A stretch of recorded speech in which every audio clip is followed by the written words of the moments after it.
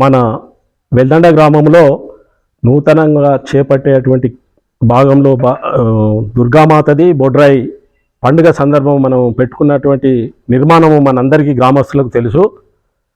ఈ నిర్మాణంలో దపాల వారీగా 2-3 సార్ల లెక్కలు ఇంతవరకు వచ్చిన బాపతి ఇవి మనం సమీక్ష చేసి ఈరోజు లెక్కలన్నీ చూపెట్టడం జరిగింది.